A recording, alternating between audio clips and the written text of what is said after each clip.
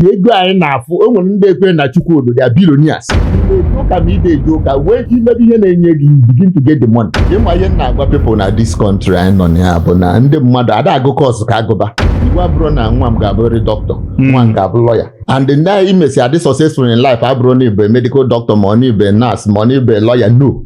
Ndị na-akpọ your friend can give you advice ga-destroy. Ha makwa most times ọ bụrụ na ị na-eme ọfụma your friends ga-like you, but when imebe ọfụma karịa onye ahụ even as some ga-ewebere gị iwe. Na most people gị na ha na-aga bụ bad friend. Mara ejigo stand bụ Emeka ụgwọ akwụkwọ ụmụazị ero na iwere kwụọ a na-akwanyere gị ugwu ịbata ma na si gbere nri gị enye ga n'ebe enide imekatara akpọ ga afa ịzazi anaghị echeta wedi n'ime wedi 30 million nwe onye ọ gbasara nwaanyị mechara ka echefuru ya anaghị 2000 echi weta you have a problem. Olu ana na nke gị waste ego and all that. Esemokwu ahụ ị na-achọ ime avoid ka spend ego ka hapụ iwe iwe. Emechaa ọ ga-abịa in full package. Imekata all those things na-eme when you are faced with a big challenge. Edielu 1 year, edielu 2 year, edielu problem abatara. Igwe a ka ya bi na-ege. Mana onye isi nkwata anaghị eje ọgwụ ekere mkpọ. Nwata ada anyụ nsị ebe ataka ya ogologo. And na ntukwu nwaanyị ada adụ mma na ọda ata. And na anụ aka ha ahụ anaghị ebi n'ọhịa chala. Anụ adụkwa n'ike ọsọ ada apụ ịkpa nri n'oge ehihie maka ọ pụọ na ọma abata.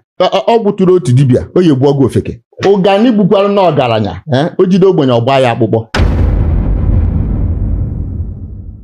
Chiarowa, kedu how relevant ị ga-asị na theater art as a course dey now in Nigerian entertainment industry? Ịma ihe na-agwa people na this country anyị nọ na ya bụ na ndị mmadụ ada agụ course ka agụba and na imesi adị successful in life abụrụ na ibe medical doctor ma ọ na ibe nurse ma ọ na ibe lawyer. No. Abụrụ na nwa m ga-abụrịrị doctor, nwa m ga-abụ lawyer. Do you have what it takes to excel in the field? If you have the gift of acting, the gift of dancing, the gift of explore the gift. To pass through theater arts. Before now, ndị comedians, onye ọbụla chọrọ ịbụ comedian, onye ọbụla chọrọ ịbụ skit maker and all that and stuff like that. Before, we have stand-up comedians that are billionaires, that are millionaires and all that. We have skit makers that are making a whole lot of money. Now look at you. So what was your journey before the social media fame? When I left school, I went into teaching. I did this project, The Return of African Dance. Ifenji maybe one to use this medium and to use it to preserve Igbo proverbs. Igwe a ka ya bi na-ege. Mmadụ onye isi nkwata anaghị eje ọgwụ ekere mkpọ. Nwata ada anyụ nsị ebe ataka ya ogologo. And na ntukwu nwaanyị ada adụ mma na ọda ata. And na anụ aka ha ahụ anaghị ebi n'ọhịa chala. Anụ adụkwa n'ike ọsọ ada apụ ịkpa nri n'oge ehihie maka ọ pụọ na ọma abata. Ọ gbuturu otu dibịa o yi egbu ọgwụ ofeke ụgani gbukwara na ọgaranya o jide ogbenye ọgba ya akpụkpọ. O nwere ụdị ihe ịga ha anụ ebe a. I did a research and packaged it and I'm happy I did. So let's enter your content now. The first one for bụ nke nwunye gị si na-ekwu okwu wedding. Okay. Spend the ego na wedding too much. Ana m akọwarị ya ịghọta ka ewetunata aka na the expenses and everything. You understand? But ịmagonu in most cases ọ na-abụkarị achọrọ m na etu aka my friend si mee nke ya nke ma ọ ga-adị iche na ọ bụ sọsọ si mee ya etu. That has been the general problem. Ụmara ejigo standard bụ Emeka ụgwọ akwụkwọ ụmụazị ero na iwere kwụọ a na-akwanyere gị ugwu ịbata ma na si gbere nri gị enye ga n'ebe enide imekatara akpọ ga afa ịzazi anaghị echeta wedi n'ime wedi 30 million nwe onye ọ gbasara nwaanyị mechara ka echefuru ya anaghị 2000 echi weta you have a problem. Olu ana na nke gị waste ego and all that. Ihe ahụ ị na-achọ esemokwu ahụ ị na-achọ ime avoid ịghọta ka spend ego ka hapụ iwe iwe. Emechaa ọ ga-abịa in full package. Imekata all those things na-eme when you are faced with a big challenge afụ na onye anaghị edielu 1 year, edielu 2 year, edielu problem abatara. When my friend went to Lagos, he's now in US. He's a photographer. So most of the events I nag all big boys now. Yes. Didn't name a wedding and abu millionaire. And whenever they are doing, and they never initiated before. If you know where you go, Negoni na West, millions friends settle. You know one funny part of it. Organize the number Jura Babundon in your career. Sometimes ego anabian aburo nahana dachigo. Ego anabian obona mbane melonya committee of friends. Ego nekitiri. In Agako wedding. In Awukwe ego. Oh, you mean I be here, calculate. So at the end of the year, if you know you're ime wedding, after 10 million, God do is, or to go 15 million. In a dodge, people will know. Did they hear money about a dodge? That is the main reason you made that video. I'm well on came for ime. E batalo, but when you get a phone. your friend abatazia ka enye advice. Okay. Everyone advice we mere what the guy. Tell us about that content. Now that is skit bụ na mụnwa ada enye m ya atọ ada enye m atọ mana mụnwa na manage abachalụ mbasị ha chekikwe ya ha na-eme. Yes. Because ihe nyi plead bụ na mma na overtime na things ka ga balance pa na ahụzụrụ ego pụtakwa because enwe major challenge na fuel ada adụchazi adị m ewetachazi ego then somebody abịazie na asịzi na anaghị enye ya nri n'oge na ekwuru nsi na-enye ya nri by 7 a na-enye ya by 8 mana 7 ka anyị kwuru na anyị bụ ndị bụ problem na manage ya iwu nonsense ya nsị ya chụọ nwunye Everyone not advice. yes na not your advice most times ọ bụrụ na ị na-eme ọfụma your friends ga like you but when ị mebere ọfụma karịa onye ahụ ife na sọ ga-ewebere gị iwe oge na ha na-aga bụ bad friend ndị na-akpọ your friend can give you advice ga-destroy ha makwa.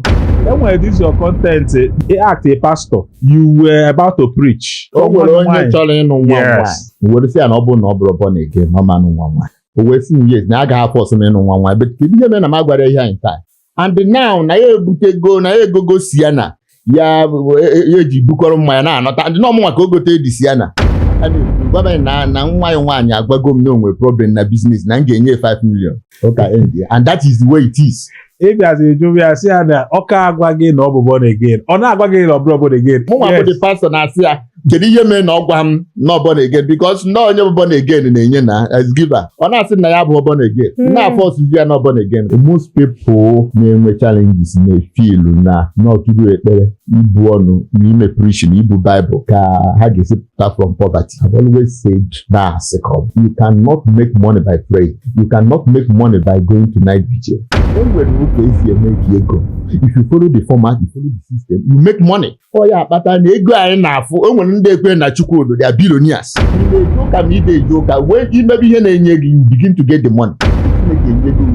Everything you need iji succeed in this life. Any challenge bịara to you when you go into yourself, you think, you reason, you can surmount that challenge. Ya bụ na people na-eme research. Kedu ihe bụ research? Ka m ga-esi solve this problem? Yes. You understand? How will I solve this problem? You go into yourself, begin to ask questions. Most of these discoveries I make is based on that. Many now problems. How do we record memories? The video save a picture and all that. I not know mmadụ bịa zuo oshi. How do I know na mmadụ batara ebe a na-anọ ya? Enwere camera and every other thing. Ọ bụzi ije na-afa jụba onye ha kpọrọ the wrong person. Bata cause ba problem na family. Then with another one mere about nke m nọ obodo oyibo. I called my wife when I said na achọghị ịkwa m wee sị ya na ha chọrọ ịkwa onye dị ndụ. And na ha enyegori ya aka nnukwu na atụtagori over 20 million for this akwamozu ma a na-akwado. Obi nchenji ya onye na-ajụ ma chọrọ ịkwa na ndụ si anọdụkwa ka akwamozu ahụ ga-agaba n'ihu ya nwere onwe ya dị shocked na-asị m kedu ihe m na-ekwuzi ya nsị ya mba na ọ ma aghọta etinyere na mbara ime wee pụtakwazie na ihe mere na o nwezie nite nwere kịta 20 million na nsị kịta ka mbata o nwere ego nji n'aka nwa ọ natabeghị ego ahụ because a jụrụ na ọsụ na-akwasị ozu ka a ga-enye ya the money na ọ bụrụ na mbata in fact ọ ma enweta the money because that money is meant for burial so onwe ka a ga-esinyezi ya the money. So na ndị ngotere ego ya ewerekwa ego ha na nka and that and the assistance a na-enye ya bụ na afụghị as nurse single woman they have working and all that. You understand? So when say akakwamozu ga n'ihu to show you how desperate people are to survive. Would you like your business to go as viral as possible? Would you like to partner with us or place an advert on Gbam? Contact the numbers on your screen today. Let's take your brand and business to the global market. How do some of these contents come to your head? Sometimes ọbịa nwere ike nọ etu a o nwere ihe ga-eme to come just come naturally. O nwere one of my skits ịgakwa viral na somebody kpọrọ ngolo ties nsị ana m anwụgo ọ kpọrọ nsị ana m anwụgo asị nke ihe nna akọghere nsị no na ngosigharịa that ties ori ihe dịka 2 weeks nwe accident nwụọ and n'ebe a nnọ kịta ịma n'oge nnọ ndụ na-ekwubu na ọ bụ na mmadụ nwụọ na onye nwụọ ọnwụ ike ọga obodo ọzọ bi na mepere ya ụlọ kịta ka m kwutere ya n'ebe anyị nọkwa dịkwa ka ụwa kịta anyị na-akpagharị onye otu anyị tiri ọzọ n'ebe a ka anyị jechara mbata kịta bi and na kọl ya na-aza kịta bụ bikos na ọ maghị onye mbụ and ọ ma na m anwụgo na ndị mma onye mbụ kpọọ m na kọl m adagaziza fon ya adagaziza so the young man started believing me until o kwuo na onye nyere ya my number gosikwara ya nwunye m So when I see so na this beautiful woman na aja because where back on maybe she's again. They say I'm by age on the side. Yeah, with account ya can you it's another way of saying that na you open again and okay name. You make a hana je na nwunye ni mecha na ihe ni again. Upon nan dey claim na ma nwugo. Enwelo program ị na-eme na Facebook about ilu. Ịma na ime Igbo. Mụnwa na onwe mbụ onye like ihe gbasara culture. Just like I'm going to go the return of African dance. Now as a way to document Igbo profile. Igbo my a lot of things I need to go to package and document. Even try ihe ndị Igbo ga-agegodi iru haga ilu ndị Igbo. Ihe bilu happened over the years. And it is still relevant. Centuries and not relevant. Gosiri na ha understand the philosophy of life very well. Ihe abụ ndị anyị firi na ndị agaro school. Ihe abụ inu atụrụ mgbe ndị ọcha abịabe. Ọ bụ na ị na-ịmara inu Igbo, ịmara how intelligent ndị band. All the very, very important. Maka ịma ihe na-eme kịta bụ na onye anaghị asụ nwa Igbo, ha na-efiri na ọ mara ihe. You cannot speak good English. Ha na-efiri na ịma ha akwụkwọ. Na-edu intelligent. Mana ọ bụrụ eziokwu. English abroad their language. It is not. You understand? So how Maria, English, they can't speak and all that. And I keep telling them, me they come in England, but only Aga school. Papa mother Aga school at all. But Organa English carry a profession in Nigeria. You got what call Aga school because you have their language. So why am I saying this? Our own language, we need to start learning Igbo proverb. No matter a lot. Our wisdom is there. On I preserve a lot of things for us. Only issues we about ewete atobi nunya. Like only ni bona na ojebe dibia ada unoge. Kama na ebe ada dia nada. So what it means na that by going to a native doctor it offers you protection. Only he ga from that. No part of ihe anyị kwuru na. Because no go the impression not spirit in our guide. You understand? You be in bondage till you die. Keep having one problem or the other. You keep having one problem or the other. That will require protection. They will require protection. And you will pay for protection. And you keep paying and you keep paying. It's just the same thing I know. Obone da na kan the to aka ga silikata you ga have mmadu. Obone da na ka dibia on your protection. To aka ga silikata. That is the when you look at the proverb, you see it. When you understand Igbo language, when you understand it very well, you feel the wisdom of our ancestors, the depth, and that is all you be here. You waking with your bearing. You might be a clash of culture. You can daughter and can the band. When you are grounded in your own culture, then you know how to blend. You might hear the importance. Then you might the things you can accept from other culture. You might hear the duplication. You might hear the necessary, you had unnecessary. Culture ne grow, culture the dynamic. I don't know because Igbo culture, Makanaya man busy accept the culture and every other thing. Culture never accept culture and all that. So culture ne grow. You need to have a deep understanding of your own culture so that when you grow, you come out with something original. Ka mụ na gị ụmụaka n'ilu obere ntụpụ ka ịtụpụ achọrọ ka mụ just kpọchaa gị obere ebe mgbakara ga-amụ ụzọ mana ụzọ ga-ana ọ na-eme aṅụ gbaa nwata ofe obodo ka iji ya na ọsọ na-eme dibịa gwara ọzọ mana ọzọ bụ dibịa ọ na-eme dibịa na-akpa nwa ya ihela na-eme awọ adịghị agba ọsọ ihe na nkịtị onye mgbọ tụrụ nna ya n'isi na-eji ite ọ na-akpa okpu ada agwa ochi ntị na ya esu onye a na-ebo ebubo nsi adịrọ mma ị na-eme anwansi ọgwụ ụmụnna nwezuo akụ asịla ana nwata pụọ obi ndị mmụọ amadụ bịa ụbọchị nwata gwukwu ileke ọ tụfuo mbazụ atụgbugo m ilu si na nwata jide ọkụ jide mma ọ bụrụ na ọkụ eleghị ya mma egbuo ya na-asị n'ụzọ ọma ha dakpọbi onye njem ụkwụ onye fukwuru na onye ntị echi n'ụzọ ya kelee ya ọ bụrụ na enu anụ ha anaghị anụ ụta dịrị okorobịa bụ na ọnụ nwaanyị ma ọ bụrụ na ọnụ nwaanyị ekwubezie maka oge ọmụmụ ma na ụta dịrị ndị mmụọ ekwugo na anụ aka ha ahụ anaghị ebi n'ọhịa chara kwuo na mgbere hapụ osisi aka akpara ya kwuo na onye si na nwanne ya ama abụ onye si na ọyị ya ama abụ eze ama enwekwa na ọyị bụ eze ọ nụrụ akwụkwọ mgbada si na agbata obi onye bụ nwanne ya oge m na-ebidobe a gwara na onye isi gwụcha anaghị eji ọgụ ekere mkpọ mba ebe o rigido dibịa ya rie nke ọ batara ọgwụ tụrụ otu dibịa ya egbu ọgwụ ofeke eji ụgbanụ alacha aka anaghị afaba n'iko anwụwa amara ji nteta gburu nwata bụrụ oke mmụọ ụzọ gbagbuo onwe ya n'ọsọ agwọ batakwu nwaanyị ọkpọ afa di ya. And when it different, do you see any impact on an actor that had or have a theater background from anybody that just jumped into the acting industry? Yes, enwere. Mana look at it here. Ịma acting bụ gift. Enwere ike onye ego theater asị enweghị, onye agụ theater asị enwekwa the scale. Mgbe mmadụ na-agbanwe that scale and gift of act. Ofu onye aga theater as, ofu onye agara ya. You understand? The onye ga theater has ga-aka ese. Because that acting ahụ ị na-eme onwego ndo gafechara ya years, document the experience, document the techniques and all that. So ịmụtasị all from there ka ị ga-ebido build and all that. It's not like onye amarọ maka ya before and all that. So a na-enwe who is different na a na-enwe. Kedu ka theater dị mgbe pụta na music? Mgbe na-apụta school ozugbo ife mere of I wrote a play, The Devil's Powder.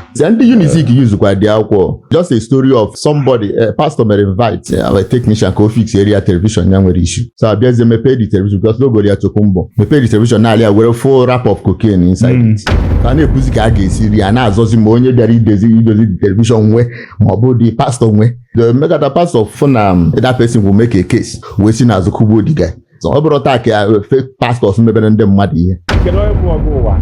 Afa m bụ Nnebedum Chighalụ Ụwa Stanislaus. All from Chighalụ Ụwa ka m si nweta ụwa tinyezie ya ọga.